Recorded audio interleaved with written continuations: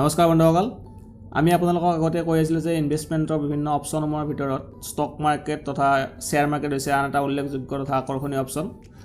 আজি আমি এই ভিডিঅ'টোত শ্বেয়াৰ মাৰ্কেট তথা ষ্টক মাৰ্কেট কি আৰু ইয়াৰ বেছিক ৰুলসমূহৰ বিষয়ে সাধাৰণভাৱে আমি জানিবলৈ গৈ আছোঁ। Share market, stock market, Nifty তথা চেনচেক্সৰ বিষয়ে আমি আটাই কম বেছি পৰিমাণে হয়তো শুনিছোঁ, হয়তো ভালদৰে নাজানিব পাৰোঁ। এটা কথা হ'ল, শ্বেয়াৰ মাৰ্কেট বা ষ্টক মাৰ্কেট আচলতে বস্তুটো কি? শ্বেয়াৰ মাৰ্কেট বা ষ্টক মাৰ্কেট আচলতে এখন ষ্টকৰ বজাৰৰ বাহিৰে অন্য একো নহয়।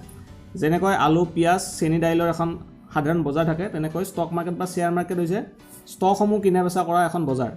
এতিয়া ষ্টক বা শ্বেয়াৰনো কি? ষ্টক বা শ্বেয়াৰ হৈছে কোনো এটা কোম্পানীৰ একোটা নিৰ্দিষ্ট অংশ। যদিহে কোম্পানী এটাৰ নিৰ্দিষ্ট মূলধন 100 টকা হয় আৰু তাক আমি সম্পূৰ্ণ 100টা সমান সমান ভাগত বিভক্ত কৰোঁ, তেতিয়াহ'লে এটা ভাগৰ পৰিমাণ হ'ব এটকা, আৰু সেই এটকাটোকে সেই কোম্পানীটোৰ বাবে এটা নিৰ্দিষ্ট শ্বেয়াৰ বুলি কোৱা হ'ব। অৰ্থাৎ আপুনি যদিহে কোম্পানীটোত এটকা বিনিয়োগ কৰে, তেতিয়াহ'লে আপুনি সেই কোম্পানীটোৰ এটা শ্বেয়াৰৰ অংশীদাৰ হ'ব। তেনেকৈ বিভিন্ন কোম্পানীৰ মূলধন বিভিন্ন থাকিব পাৰে, আৰু সেই মূলধনৰ ওপৰত ভিত্তি কৰি কোম্পানীটোৱে বিভিন্ন ভাগত সেই মূলধনক ভাগ কৰিব পাৰে। সেই হিচাপত শ্বেয়াৰসমূহৰ পৰিমাণ বেলেগ বেলেগ হ'ব। অৰ্থাৎ কোনোবাটো শ্বেয়াৰ এটকাৰো হ'ব পাৰে, কোনোবাটো 100 টকাৰো হ'ব পাৰে, আনকি আন কোনোবাটো 1000 টকাৰো হ'ব পাৰে।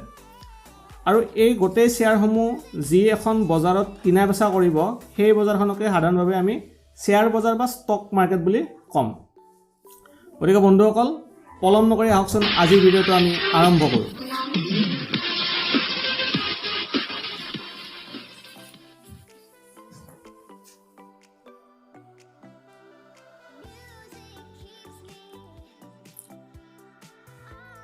ষ্টক মাৰ্কেটৰ বিষয়ে জানিবলৈ যোৱাৰ আগতে আমি জানিব লাগিব ভাৰতবৰ্ষত মুঠতে কিমানখন ষ্টক মাৰ্কেট বা শ্বেয়াৰ বজাৰ আছে। ভাৰতবৰ্ষত যদিও সৰ্বমুঠ 21খন শ্বেয়াৰ বজাৰ আছিল, তথাপিতো বৰ্তমান সেবিৰ দ্বাৰা ৰেজিষ্টাৰ্ড আৰু এক্টিভ শ্বেয়াৰ বজাৰ হৈছে মুঠ 6খন, আৰু সেইবোৰ ক্ৰমে হৈছে Bombay stock exchange, national stock exchange, Kolkata stock exchange, metropolitan stock exchange, Indian international exchange আৰু NSE IFSC লিমিটেড। এই 6খন ষ্টক এক্সচেঞ্জৰ ভিতৰত আটাইতকৈ যি দুখন ষ্টক এক্সচেঞ্জ একেবাৰে এক্টিভ আৰু সেই দুখন ষ্টক এক্সচেঞ্জ য'ত আটাইতকৈ বেছি ইনভেষ্টৰ থাকে, সেই দুখন হৈছে বম্বে ষ্টক এক্সচেঞ্জ আৰু নেশ্যনেল ষ্টক এক্সচেঞ্জ।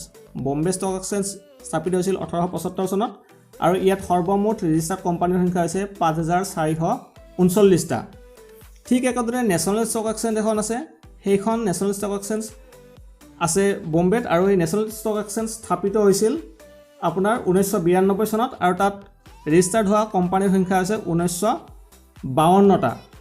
গতিকে বন্ধুসকল, ভাৰতবৰ্ষৰ যি দুখন ষ্টক মাৰ্কেটত আমি সাধাৰণতে বিনিয়োগ কৰোঁ, সেই দুখন হৈছে বম্বে ষ্টক এক্সচেঞ্জ আৰু নেশ্যনেল ষ্টক এক্সচেঞ্জ। এতিয়া বহুতে প্ৰশ্ন কৰে যে ষ্টক এক্সচেঞ্জ বা শ্বেয়াৰ মাৰ্কেট এটা গেম্বলিং হয়, এটা যোৱা হয়, কিন্তু সেয়া সম্পূৰ্ণৰূপে ভুৱা অথবা মিছা। কিয়নো যেনেকৈ বেংকৰ কাৰণে ৰিজাৰ্ভ বেংক অফ ইণ্ডিয়া আছে, ইঞ্চুৰেঞ্চৰ কাৰণে IRD আছে, ঠিক তেনেকৈ ষ্টক মাৰ্কেটৰ কাৰণে গভৰ্ণমেণ্ট বডি এটা আছে, সেইটো হৈছে SEBI। এই security and exchange board of India SEBI government of ইণ্ডিয়াৰ এটা ৰেজিষ্টাৰ্ড বডি হয়, যিটো 1988 চনত এষ্টাব্লিছ হৈছিল। গতিকে SEBIৰ দ্বাৰা যিহেতু ষ্টক এক্সচেঞ্জসমূহ নিয়ন্ত্ৰিত হৈ থাকে, গতিকে তাত ভয় কৰিবলৈ একো কথা নাথাকে। এতিয়া কথা হ'ল, আমি সাধাৰণতে শুনি থকা দুটা বস্তু হৈছে নিফটি আৰু চেনচেক্স। এই নিফটি আৰু চেনচেক্সনো কি? নিফটি হৈছে নেশ্যনেল ষ্টক এক্সচেঞ্জৰ টপ 50 যিকেইটা কোম্পানী আটাইতকৈ বেছিকৈ আপোনাৰ অংশীদাৰিত্ব আছে, সেই কোম্পানীকেইটাৰ এটা সমূহীয়া ইণ্ডেক্স। ঠিক তেনেদৰে নিফটিত নিফটি নেক্সট 50, নিফটি 500, নিফটি বেংকৰ দৰে বিভিন্ন ইণ্ডেক্স আছে। ইয়াৰ নিফটি 50 হৈছে আটাইতকৈ পপুলাৰ। ঠিক তেনেকুৱা চেনচেক্স হৈছে বম্বে ষ্টক এক্সচেঞ্জৰ টপ 30 কোম্পানীৰ এটা ইণ্ডেক্স।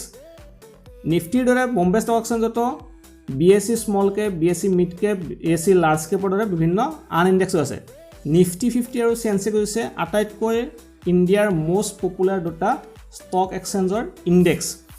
আমি নেক্সট শ্লাইডখনৰ জৰিয়তে আপোনালোকক নিফটি 50 আৰু চেনচেক্স 30ত থকা বৰ্তমানৰ ৰেজিষ্টাৰ্ড কোম্পানীসমূহ আপোনালোকক দেখাইছোঁ। ইয়াত ৰিলায়েন্সৰ পৰা আদি কৰি পিনে মাৰুতি, ITC, HDFC বেংক আদিৰ দৰে বিভিন্ন কোম্পানী আছে।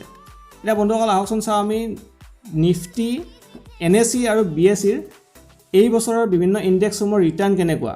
আপোনালোকে দেখিলে দেখিব যে নিফটি বেংক, BSE অৰ্থাৎ চেনচেক্সৰ বেংক আদিৰ ৰিটাৰ্ণসমূহ বিভিন্ন ধৰণৰ। আৰু এইবাৰ জানো যে অটো ছেক্টৰটো এইবাৰ ভাৰতৰ অৰ্থনীতিত বহুত ডাউন চলি আছে, গতিকে সেই হিচাপত আমি চালি দেখা পাব যে নিফটি অটো আৰু BSE অটো প্ৰায় 4.9% আমাৰ ডাউন গৈছে এইবাৰ গতিকে বন্ধুসকল এতিয়া আমি জানিব লাগিব যে আমি ষ্টক মাৰ্কেটত কেনেকৈ নিজক যুক্ত কৰিম আমি কেনেকৈ ষ্টক মাৰ্কেটত আমি নিজে এটা অংশীদাৰ হ'ব পাৰোঁ তাৰ বাবে আপোনালোকক লাগিব এটা বেংক একাউণ্ট লাগিব এটা ট্ৰেডিং একাউণ্ট আৰু এটা ডিমেট একাউণ্ট আনহাতে আপোনালোকে ষ্টক মাৰ্কেটত হয়তো এজন ইনভেষ্টৰ হিচাপে নহ'লে বা এটা ট্ৰেডাৰ হিচাপে নিজক অন্তৰ্ভুক্ত কৰিব পাৰে এই বিষয়ে what is trading account what is demat account what is investment what is trading আমি আটাইবোৰ বস্তু আপোনালোকক নেক্সট ভিডিঅ'টোত বিতংকৈ বৰ্ণনা কৰিম এতিয়া ষ্টক মাৰ্কেট সম্পৰ্কে আমি এটা ভ্ৰান্ত ধাৰণা কিছুমান লৈ থাকোঁ সেই ধাৰণাসমূহৰ লোৱাৰ লগে লগে আমি কিছুমান মনত ৰাখিবলৈ কথা এটা আছে ষ্টক মাৰ্কেটত অন্ধভাৱে কোনোদিন বিনিয়োগ নকৰিব ষ্টক মাৰ্কেট এটা পইচা বনোৱা মেচিন নহয় আপোনালোকে ৰাতিৰ ভিতৰতে এটা ধনী হৈ যাব নোৱাৰে গতিকে সদায়